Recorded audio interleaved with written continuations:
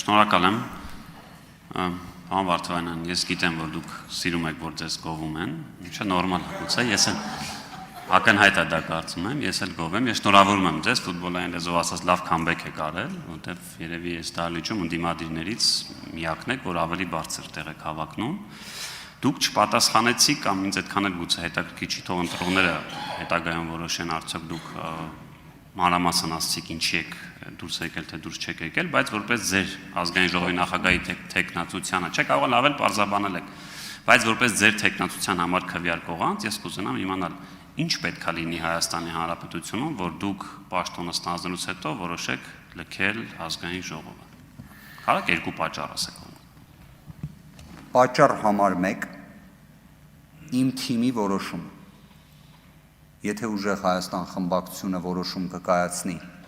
որ ես պետք է մանդատս վայր դնեմ, ես այն կդնեմ, առանց որևէ վարկյամ վարանելու։ Եվ գտնում եմ, որ ուժեղ Հայաստան խմբակցության բոլոր падգամավորների մոտ պետք է լինի դա որպես առաջնահերթություն։ Դա նաև կարգապահությունից է բխում։ Երկրորդը,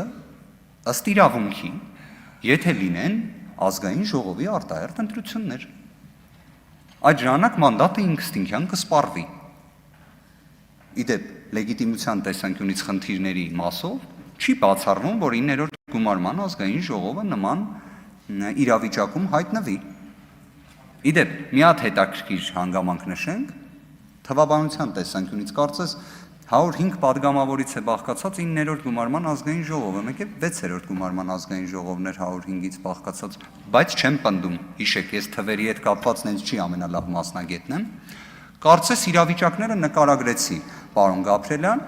ինձ գովալու տեսանկյունից, արդյոք դա սիրում եմ թե ոչ,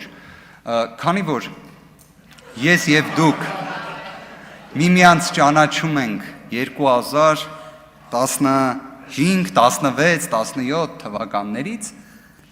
անկեղծ կպատասխանեմ, եթե 10 տարի հետ գնանք, դիպուկ նկարագրեցիք ինձ։ 10 տարի առաջ ենք գնում, փոխվել ենք, առնվազն մի հետաքրքիր հանգամանք ասեմ, ես մինչև ազգային ժողովի 9-րդ գումարման նստաշրջանի, այսպես ասած, նիստերի մեկնարկը նայում էի 8-րդ գումարման ազգային ժողովի նիստերը, մազերը սև էին, կարծես իսկապես ավելի երիտասարդ էի, հիմա ոնց որ ոչ թե 5 տարի անց է, այլ 15։ Եվ ձեզ այն շատերը կարող են նաև հետևություններ անել, ինչի համար է տենց ստացվում։ Շատերը չեն ասի ինչի մի մասը ձեզանից, բայց ես գիտեմ դուք իմ հետ համակարծիք եք։ Ոչ բոլորս, մի մասը սպիտակել է, մի մասը ոչ, օրինակ պարոն Գաբրելյանը ակնհայտորեն չի սպիտակել, արձագանք։ Շատ լավ, երկու պատճառները հասկացանք, ֆիքսեցինք, ես հետագայում չեմ ուզի այդպես իրավիճակ լինի, բայց ինչևէ ֆիքսեցի։ Կներեք, լիազորությունների դադարեցումը կարող է լինի, սահմանադրությունն է նախատեսում։ Եթե օրինակ, չգիտեմ, падգամավորին համատեղելի որևէ կարգավիճակ։ Չէ, ես մանդատը դնելն էի ասում, իսկ ուզում եմ հասկանալ, աշխատավարձը կստանաք, որովհետև բավական բարձր աշխատավարձ եք ստանալու ու տնտեսական ակտիվությունը, եթե սենց պահպանվի, ինձ թվում է բոլորինը համատարած պետք է էլի բարձրանա, ուզում հասկանալ աշխատավարձը կստանաք, պարգևավճարը կստանաք, եթե ասեք ոչ, ինձ խնդրում եմ որպես իրավաբան ասեք այդ, որտեղ հնչել են հայտարարություններ, ուզում եմ հասկանալ որ իրավական մեխանիզմով կարա օրենքով միայն այդ եկամուտը ունեցող մարդը հրաժարվի եւ ապրի եւ գործ չունենա, օրինակ կոռուպցիայի կանխարգելման հանձնաժողովի հետ շնորհակալ։ Շնորհակալ եմ, մեր խմբակցության ղեկավարը իր դիրքորոշումը հայտնել։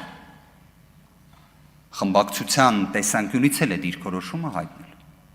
Աշխատավարձի վարձատրության տեսանկյունից մենք ունենք բացառություն իդեմս պարոն Կարապետյանին։ Միաժամանակ պարգևավճարների հետ կապված ունենք հստակ դիրքորոշում։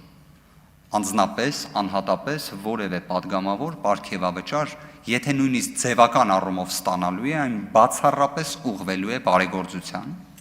կոնկրետ մեր հայրենակիցների խնդիրների լուծման, որն էլ լինելու է բացառիկ թափանցիկության տեսանկյունից, այսինքն թափանցիկության մի հատ նոր շեմ ենք ուզում նախատեսել, ցույց տանք դա, ցույց տանք,